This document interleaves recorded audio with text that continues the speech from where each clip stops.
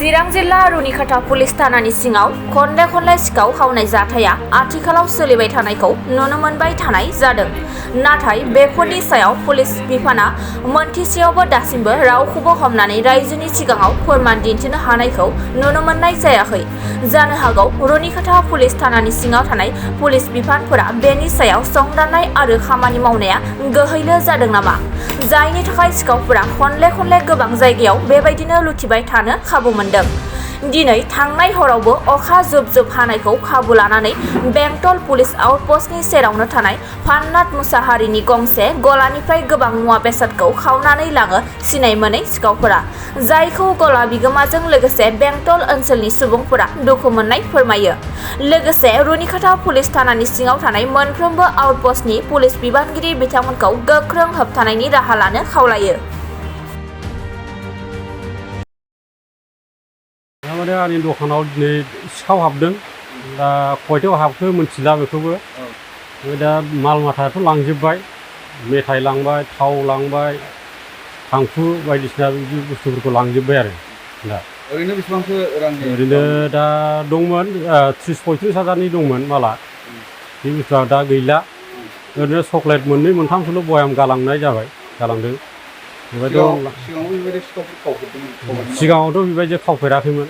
गोदान खुलिजेननायनिफ्राय दिनैसिम सिखाव गैफेरामोन। एबारसो फार्स्ट खावजेनबाय आरो। सन्देहआथ' दा जोंलाय आरो सोरखौथ' सन्देह खालामबावनो, जों दा मिथिला दा सोर खावदों सोर खावा। दा जोंथ' मिथिला बेखौ। दा बेनो आरो। पुलिस प्रसासनखौ एफआइआरथ' होआखै, जायखिया ओरैनो जास्ट ओरैनो इनफरमेसन खुगाजों बुंहैनाय जाबाय आरो। ओमफ्राय दा ओरैनो गावसोर पेट्रलिंआव फैनो होनदों। दा सफैथ'वाखै। दा खयथायाव फैगोनथाय।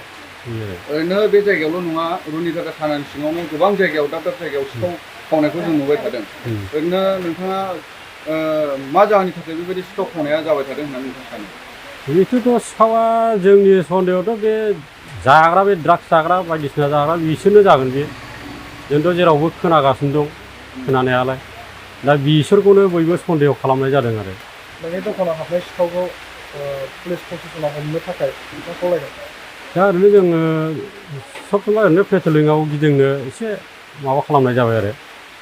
ओरैनो मोनाफ्राव एसे पेट्रलिं होथों होननानै इनफरमेसन होनाय जादों आरो। बेखिनि सिखावखौ हमनांगौ होनना साननानै? सिखावखौथ' मोनोबाथ' मोजांमोन। दा सोरखौ सन्देह मानानै सोरखौ मोनगोन, दा बे आरो। दाम गोसा बुस्थु हिसाबै दाम गोसा हिसाबावथ' बे माबाया दंमोन, बिस्कुट एरिया दंमोन एसे दाम गोसायाव। ओमफ्राय नैबे थांखुआनो गैयाबाबो 6,000सोनि दंखायोमोन थांखुआ। ओमफ्राय नैबे कम्पिउटार फारला दंमोन बिसोरनो।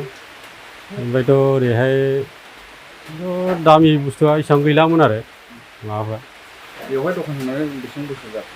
बाहाय दखाना जोङो माबायाव 2012निफ्राय होदों। 2012निफ्राय नै दिनैसिम सोलिनानै दं आरो। मा जायगा? बेंटल बान्दुगुरि। नामा? फाननाथ मुसाहारि।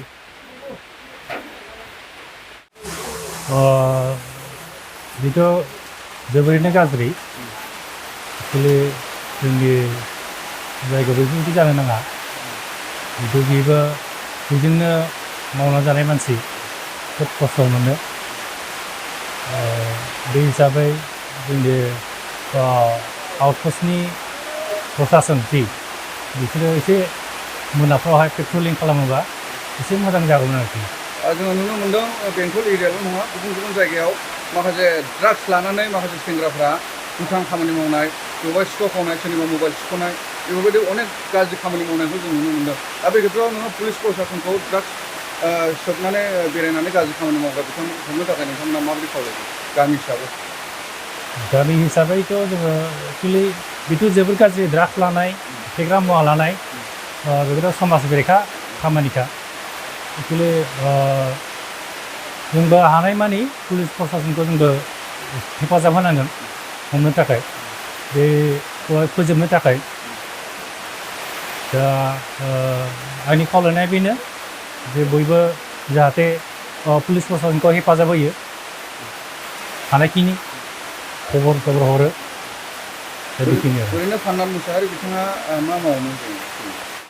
प्रनाक मुसाहारिया जे बेखौनो मावनानै जायो आरो प्रनाक मुसाहारियाल' जे बिदि मावनानै जायो बे नङा गोबाङानो बिदि मावनानै जायो दखान फिसा फिलौ दखान बेब'साय खालामनानै जायो जाहाथे आरो प्रनाक बायदि प्रनाकनि दखानाव सिखाव जानाय बायदि आरो गुबुन मानसिनि दखानाव जाहाथे बिदि सिखाव जाया दा बिनि थाखाय आङो पुलिस प्रसासनखौहाय खावलायहरो टाइम मथे पेट्रलिं खालामो बेखिनि